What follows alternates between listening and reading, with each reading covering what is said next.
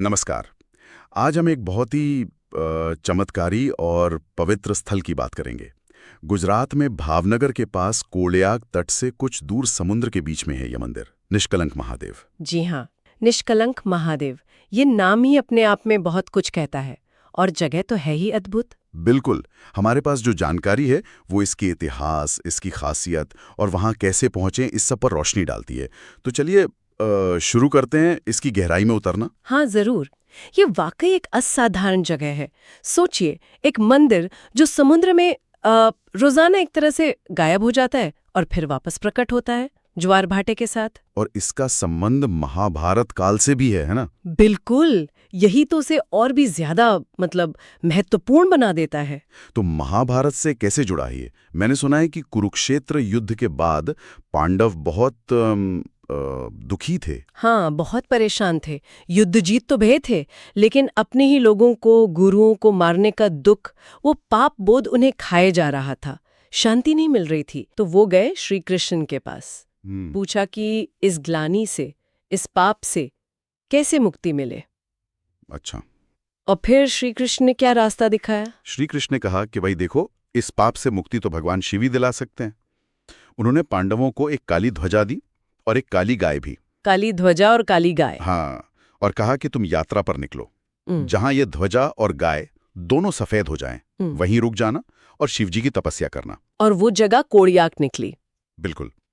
ऐसा माना जाता है कि कोळियाक तट पर पहुंचते ही ध्वजा और गाय दोनों का रंग सफेद हो गया। ये उनके लिए एक संकेत था। समझ गया। तो यही उन्हें लगा कि हाँ, अब तपस्या करनी है। जी। वही उन्होंने फिर कठोर तप शुरू किया।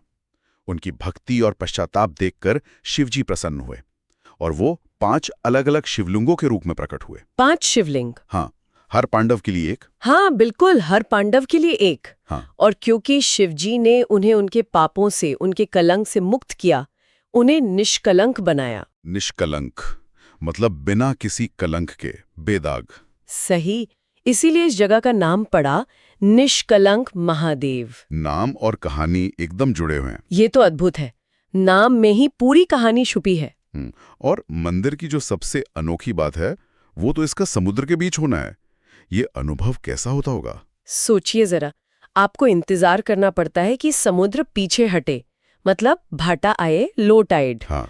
तब पानी उतरता है, एक रास्ता सा बन जाता है और आप उस पर चलकर करीब 1-1.5 किलोमीटर मंदिर तक पहुंचते हैं। पैदल समुद्र के बीच? जी हाँ, पैदल। और फिर जैसे ही ज्वार आता है, हाई टाइड, पानी वापस चढ़ने लगता है। हाँ, और मंदिर धीरे धीरे वापस पानी में समा जाता है। बस ऊपर लगी ध्वजा ही दिखती रहती है। ये रोज होता है। कमाल है।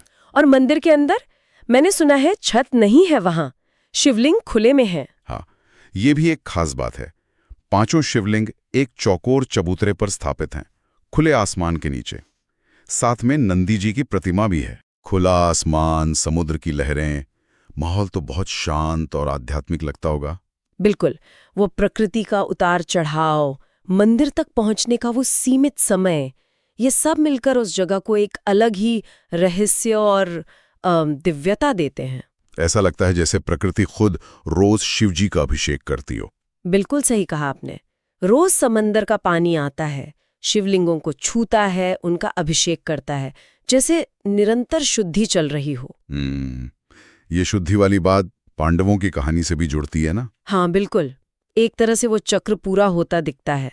तो ठीक है, इतिहास और खासियत तो समझ आ गई। अब अगर किसी को जाना हो वहां तो कैसे पहुंचे? यात्रा का क्या इंतजाम रहता है? देखिए, प्लानिंग थोड़ी जरूरी है।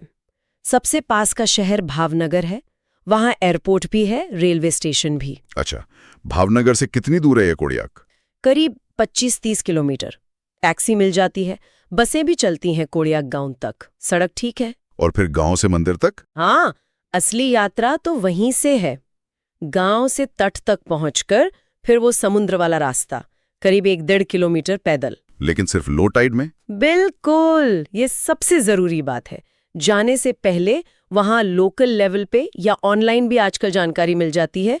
ज्वार भाटा का सही समय पता करना बहुत जरूरी है। दर्शन का मौका दिन में बस कुछ ही घंटे मिलता है। और सुरक्षा वगैरह क्या क्या? मतलब समुद्र के बीच चलना है तो? हाँ, ध्यान तो रखना पड़ता है। श्रावण महीने में या महाशिवरात्रि पर तो बहुत भीड़ होती है, अच्छा। लेकिन बाकी दिनों में भी देखिए, आप गीली जमीन पर चल रहे हैं, कहीं कहीं फिसलन भी हो सकती है, तो जूते आरामदायक और अच्छी पकड़ वाले पहने, पानी का लेवल देखते रहें। कोई खास रेलिंग या वैसी सुरक्षा नहीं है, तो सावधानी रखनी पड़ती है, खासकर अगर बच्चे या बुजुर्ग साथ हों। समझ गया। तो कुल मिलाकर निष्कलंक महादेव मंदिर सिर्फ एक तीर्थ नहीं है, ये इतिहास, आस्था, प्रकृति, रहस्य सबका एक मिला-जुला अनोखा संगम है। निश्चित रूप से महाभारत की कहानी, समुद्र पर निर्भर दर्शन, वो 5 खुले शिवलिंग, ये सब मिलकर इसे यादगार बनाते हैं। बिल्कुल। और अंत में एक बात सोचने के लिए छोड़ जाती हूँ, ये जो मंदिर रोज समुद्र में डूबता है और फिर उभर आता है, क्या ये जीवन में शुद्धि और नवीनीकरण के चक्र का प्रतीक है? या फिर ये प्रकृति की इतनी बड़ी शक्ति के सामने भी आस्था के टिके रहने का सबूत है? ये सोचने वाली बात है। आज के समय में निष्कलंक होने का क्या मतलब है और उस तक कैसे पहुंचा जाए? शायद ये यात्रा हमें ये सोचने पर भी मजबूर करती है। बिल्कुल।